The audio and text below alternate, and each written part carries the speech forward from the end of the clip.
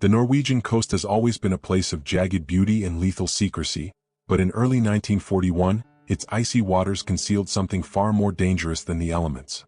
As the British Special Operations Executive, still a young, scrappy and untested branch, began probing German-occupied territories, a little-known mission was assembled at Scapa Flow. Officially, it was a coastal survey, a vague label masking a reconnaissance sweep intended to uncover the movement of Kriegsmarine units preparing for spring operations. Unofficially, it became one of the few SOE missions whose details dissolved into near silence, marked in archives only by a thin redacted line and a missing roster of names. The crew assigned to this operation came from disparate backgrounds: a former trawler captain from Aberdeen, 2 wireless specialists trained in the newly founded SOE Signals School, and 3 commandos with Arctic warfare experience. Their vessel, a small converted fishing boat codenamed Sable, carried minimal armament but an array of concealed radio equipment. The goal was simple: patrol the waters south of Narvik and confirm intelligence that the Germans were shifting naval assets, possibly destroyers or support craft, into the region. The threat of a renewed push into the North Atlantic loomed large, and British Admiralty wanted clarity. The struggle began long before the Sable reached Norwegian waters. The crew documented irregular Luftwaffe overflights near Shetland that had not been reported by RAF fighters. These sightings added a layer of tension no one wanted to acknowledge. "Feels like we're being counted," one of the commandos wrote in a scribbled note later recovered from his kit. By the time the vessel moved into the fjords, the atmosphere had shifted from professional caution to the prickling awareness of being watched, an emotion that hardened into dread when the first reconnaissance report arrived. On March 18, the wireless operator transmitted a brief but startling message: unusual troop movement. Large concentration north of expected positions. Possible new facility. Investigating. The phrasing was clipped, direct and contradictory to existing naval intelligence assessments. German forces were not expected to be fortifying this region in such numbers. The mountain passes were still deep in winter silence, and supply convoys rarely attempted the journey until April. The Admiralty flagged the message, but no follow-up arrived. Context from later diaries paints an unsettling picture. A surviving crewman, interviewed years after the war, recalled landing briefly to recon a small inlet. "There were more boots on the ground than any map accounted for," he said. But it was the way they moved, quick, purposeful, as if guarding something important. When pressed by historians, he added only that the team spotted infrastructure, not of naval nature, but refused to elaborate further. Many believe he was referring to a German signals or radar installation not logged in Allied records. The reveal came not through radio contact, but through absence. After the initial message, the Sable went silent. Weather reports from the region showed no gales, and German naval logs contain no mention of an engagement with a British vessel matching its description. Yet, when the Sable finally limped back toward a rendezvous off Scotland on March 27, only 3 crewmen were aboard. The others, 2 commandos and a signals officer, were never found. The survivors offered minimal testimony, citing operational restrictions. Their debrief file remains partially censored to this day. What happened during those missing 9 days has never been fully explained. Some historians argue the unit may have discovered an early warning radar prototype or intercepted encrypted convoy traffic that contradicted official estimates. Others believe the crew was compromised by German patrols and forced into hasty decisions. But there is one consistent anomaly: the after-action report prepared by SOE leadership was not included in the standard intelligence chain. It was sequestered, sealed, and referenced only indirectly in internal memos.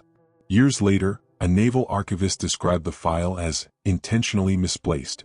Today, the mission serves as a reminder of the murky boundaries between reconnaissance, intelligence, and political strategy during wartime. Modern analysts point to it as an example of the dangers of compartmentalization, how critical information can vanish into bureaucratic shadows, leaving operational gaps that historians may never bridge. The loss of half the crew, combined with the erasure of their findings, has transformed the Sable operation into a quiet cautionary tale whispered among researchers. But the closing question remains: what exactly did those missing men witness on the frozen Norwegian coast that warranted both their disappearance and the disappearance of their report?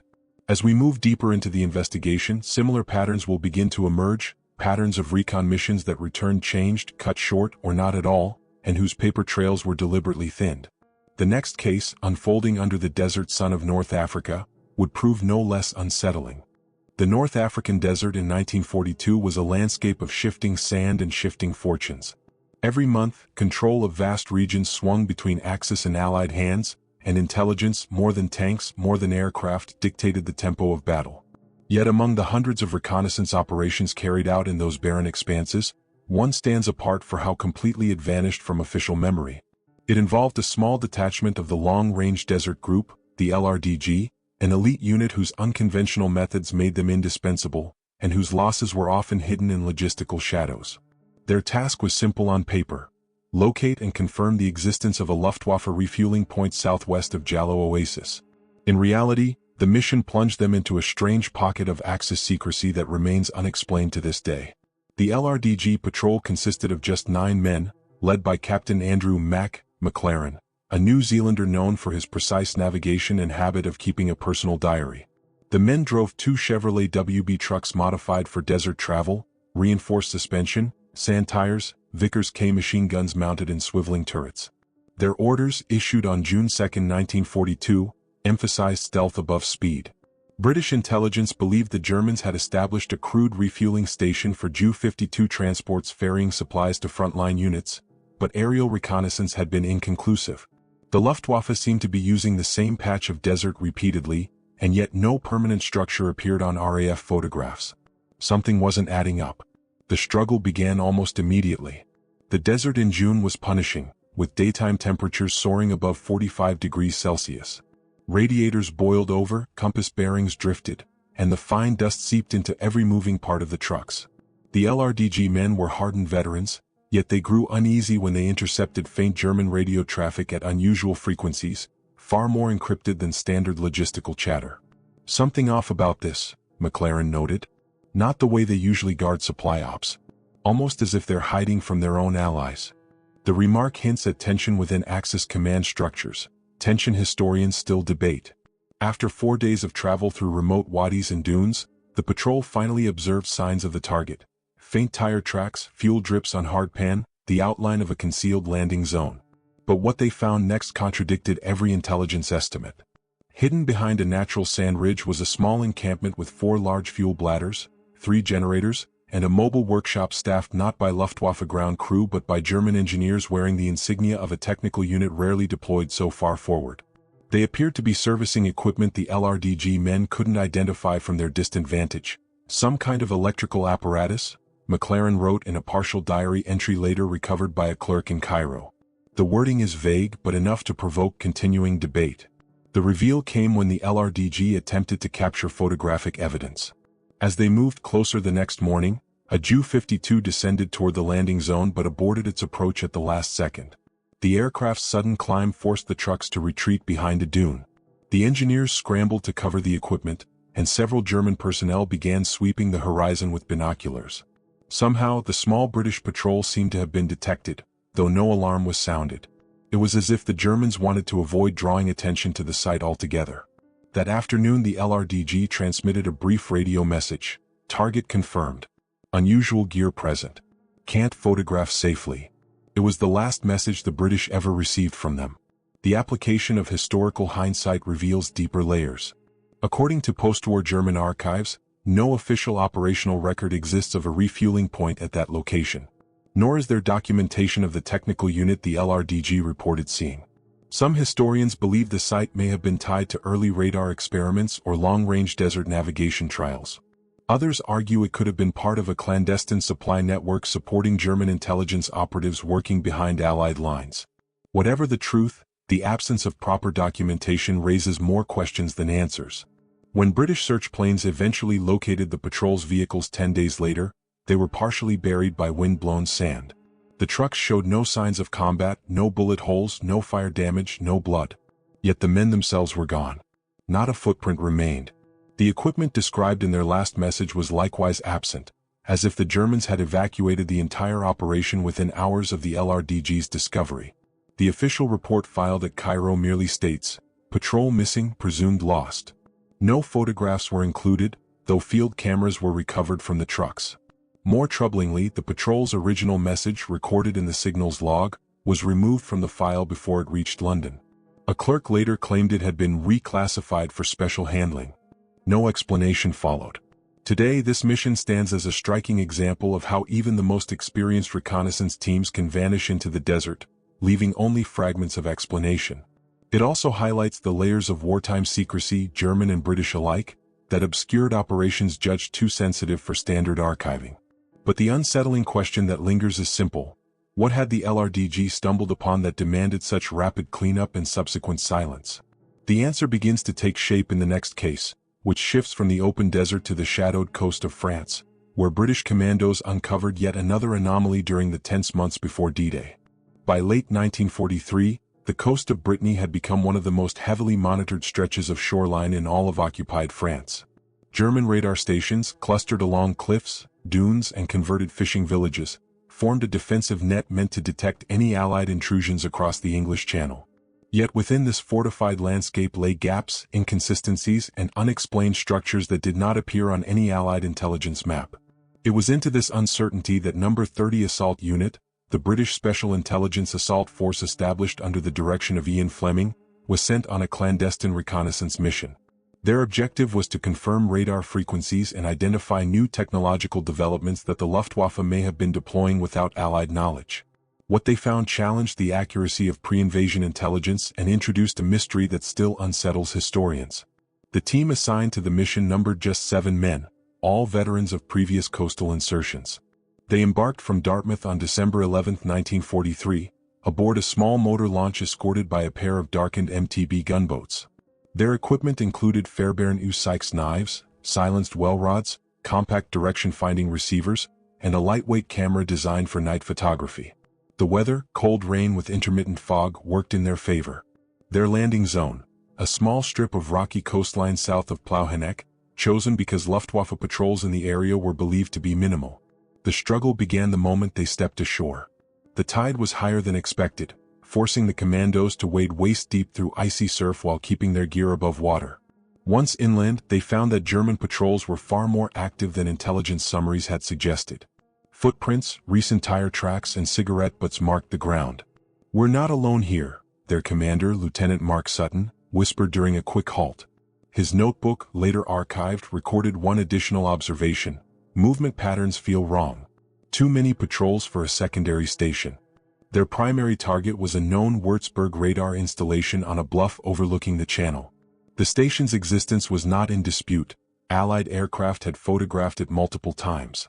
The commando team intended to measure its frequency emissions and confirm if the Germans had begun upgrading its system. Yet as they approached the site from the east, Sutton's direction finder picked up a second signal, low, intermittent, and emanating from a bearing that did not correspond to any charted radar position. The team diverted slightly to triangulate it, and soon discovered a hidden track leading deep into a pine thicket. This is where the reveal took shape. Buried beneath camouflage netting and surrounded by earthen berms was a small bunker, its design unlike the standardized Luftwaffe facilities common along the coast. No external antennae. No power conduits visible.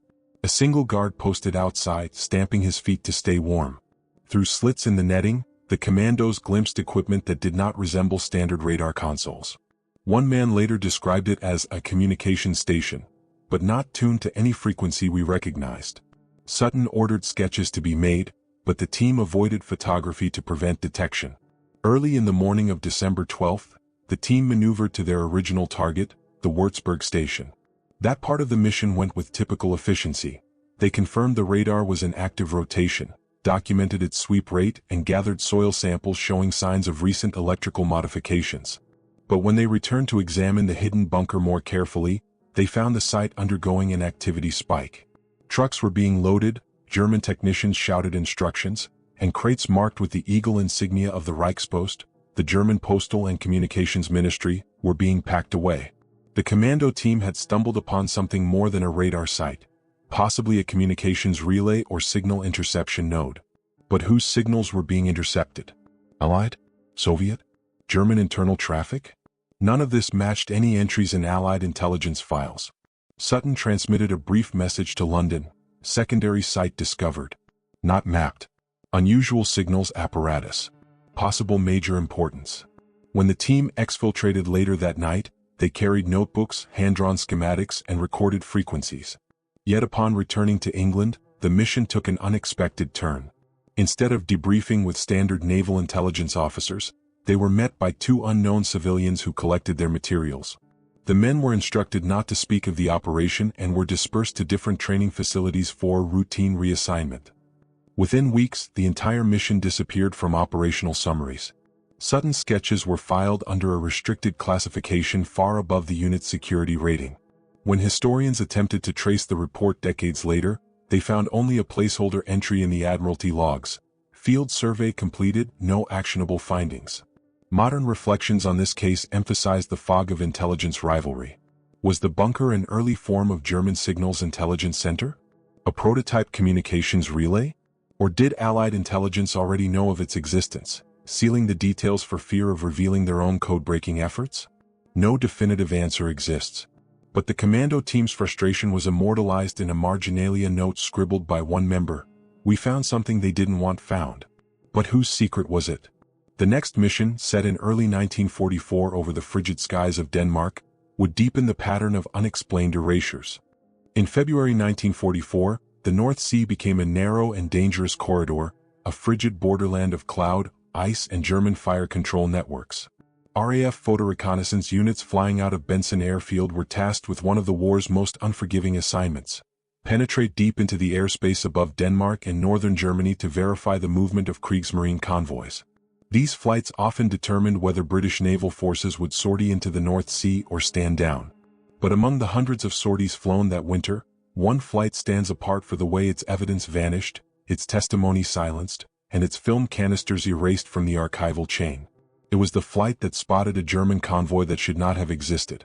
The aircraft selected for the mission was a Supermarine Spitfire PRMK-11, stripped of armament, painted in pale PRU blue, and equipped with vertical and oblique cameras mounted in the fuselage. Its pilot, Flight Lieutenant Harold Gibbons, was known for his calm demeanor and uncanny ability to fly long solo missions through hostile airspace. His orders, issued on February 17, were precise: photograph a suspected German troop convoy moving through the Danish Straits toward Kiel. Intelligence believed the ships were standard transport vessels bringing reinforcements to the collapsing Eastern Front. The weather was marginal but within acceptable limits. The struggle began before Gibbons reached Denmark. Puppet-like formations of clouds rose in unexpected towers, as if sculpted upward by the cold. His Spitfire iced over twice.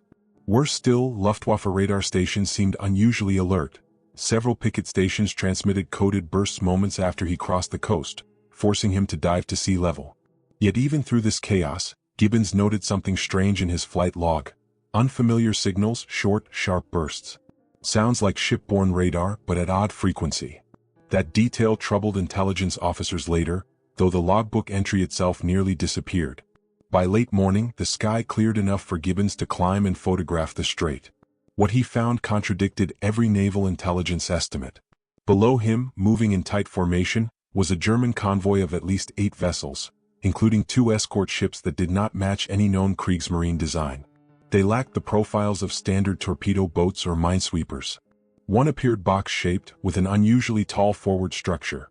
Another carried what Gibbons described as a dish-like arrangement, a shape no German escort was known to mount.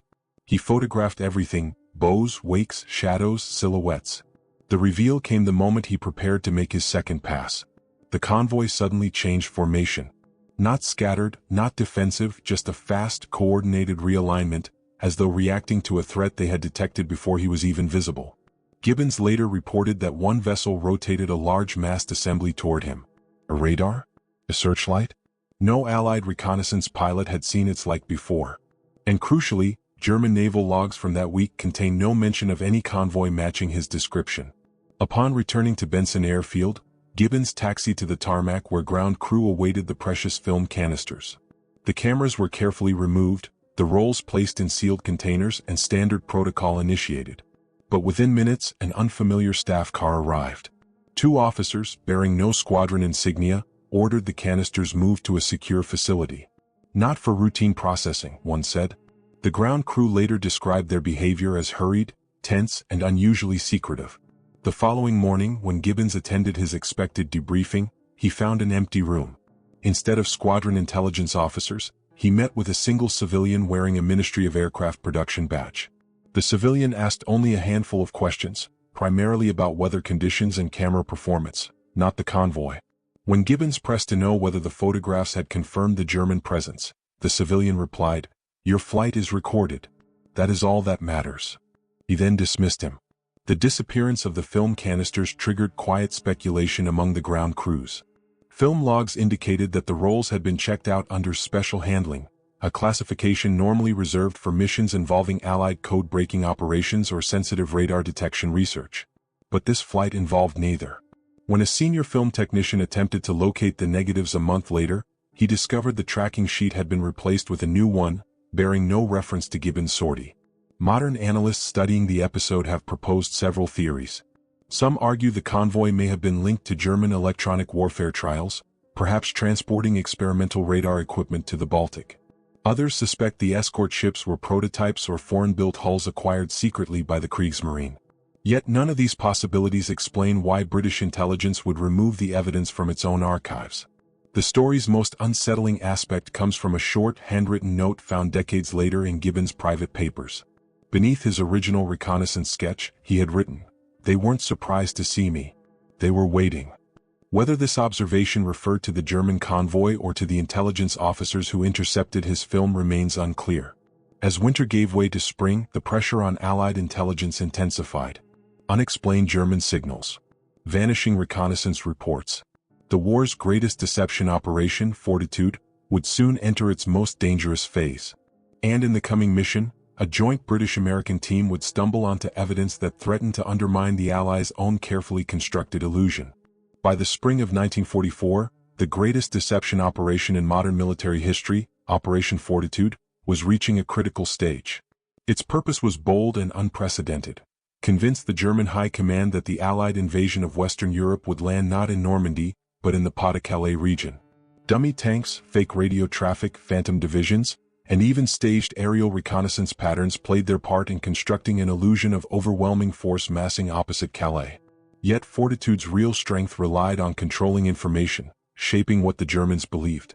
What few realize is that one British-American reconnaissance mission nearly revealed evidence contradicting both Allied expectations and their carefully curated deception narrative.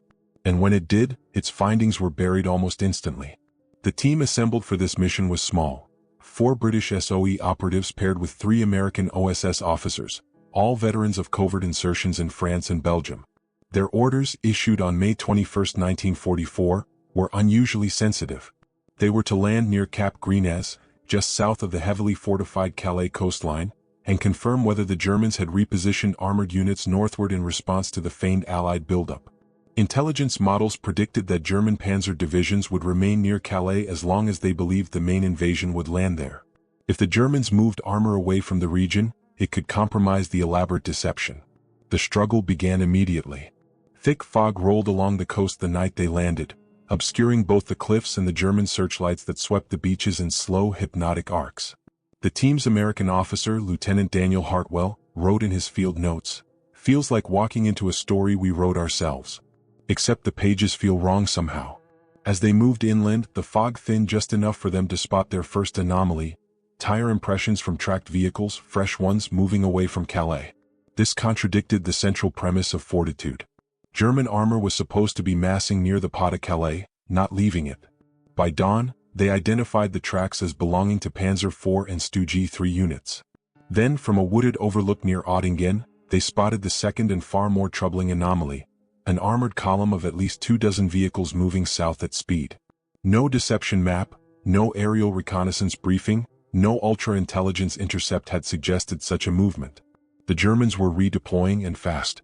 The reveal came when Hartwell intercepted a short-range German radio transmission using a compact OSS receiver. The message referenced an Umgruppierung, a regrouping of elements from the 15th Panzer Grenadier Division. But the coordinates did not match the known deployment of the division. Instead, they pointed toward positions inland from Boulogne, far from expected defensive zones. It was as if the Germans were reacting to intelligence the Allies were unaware of. The team transmitted an encrypted sitrep, observed armor movement south. Not consistent with established order of battle. Request confirmation. This message would become the center of controversy. Within hours, a second message followed: new comms intercept. Possible divisional shift. It was their last transmission. Context deepens the mystery. At the time, only a small circle within Allied high command knew the true extent of Fortitude's fabricated formations and fake radio networks. If the German movements indicated they no longer believed the deception, it could jeopardize the entire Normandy landing, then just 2 weeks away. Some historians now believe the joint team may have uncovered the first signs of internal German debate or unrecorded orders that temporarily shifted armored units in response to conflicting intelligence. When exfiltration teams arrived 3 nights later, they found the safe house empty. Maps, radios, and personal effects were still present, indicating a rapid extraction under duress, but the operatives themselves were gone. Only a single notebook remained, containing sketches of German armored markings and a final note. Not as expected. No longer certain what's real on either side. Back in London, their 2 encrypted messages were classified above unit level. The communications transcript was removed from the OSS SOE shared intelligence folder and placed in a separate file with no operational reference. Clerks who later reviewed the logs found only a blank space where the mission's summary should have been, an omission that raised eyebrows decades later. Modern analysts examining the episode have proposed several explanations. One theory suggests a temporary redeployment of German units unrelated to Fortitude, perhaps a training movement or internal repositioning for logistics. Another posits that the Germans were reacting to Soviet advances, pulling certain divisions eastward. But none of these theories explain the quick suppression of the team's findings, or why Allied command would deliberately bury information that contradicted their deception model. The deeper question lingers. Did Allied leadership fear that acknowledging the German movements would undermine Fortitude at a critical moment? If so, the fate of the reconnaissance team becomes even more complicated. Their disappearance, whether due to German patrols or internal compartmentalization, is still debated.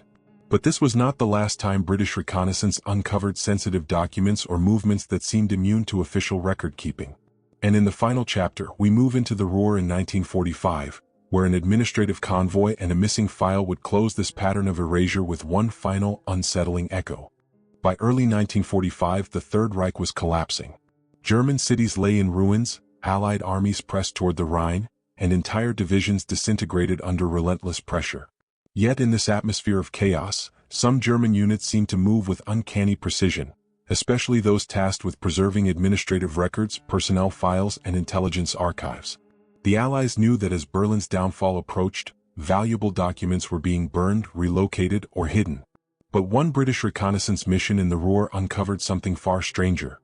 A convoy carrying files instead of material, guarded with an urgency that suggested the Germans were protecting information far more significant than simple administrative paperwork.